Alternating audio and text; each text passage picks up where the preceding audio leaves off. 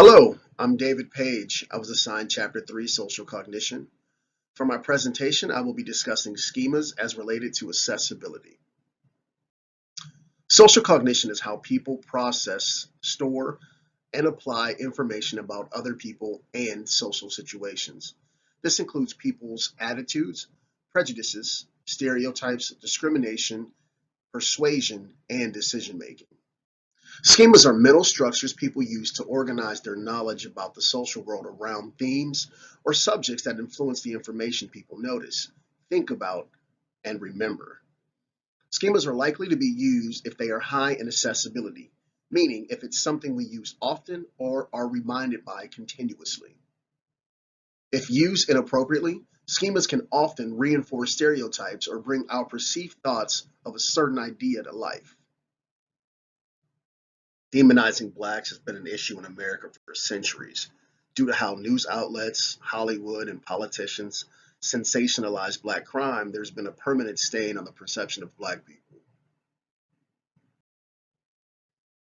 This all came to the forefront of the country in 2012 when Trayvon Martin, a black unarmed teenager, was shot and killed in Sanford, Florida by George Zimmerman, a white civilian working a neighborhood watch.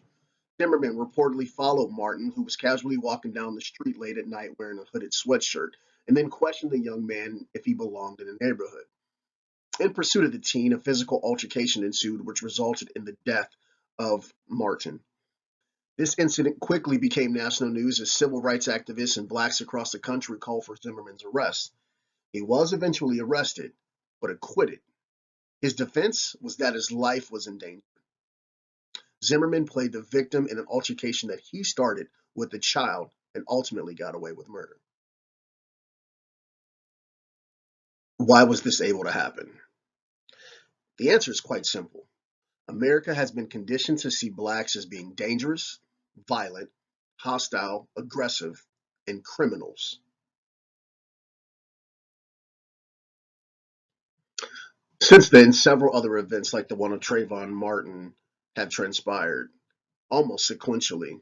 Over the next few years, blacks were killed by on duty or off duty officers in non life threatening circumstances.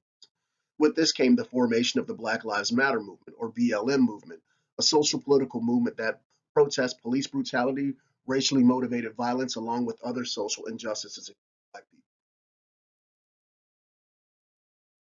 Almost immediately, the Black Lives Matter movement was quickly rivaled by the All Lives Matter rebuttal, which completely devalued the message of the BLM movement, whose intent was to place equal value on the lives of black people in comparison to their white counterparts who received far more favorable treatments in similar occurrences. An unwarranted killing of any person should be met with complete consensus, one would think.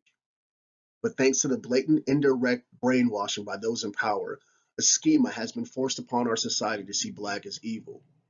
It is this constant reminder that generates the accessibility for America to genuinely believe that black is bad, to continually refresh the idea that blacks are inferior and deserve any punishment rendered unto them, even if it's death before being charged or judged by their peers.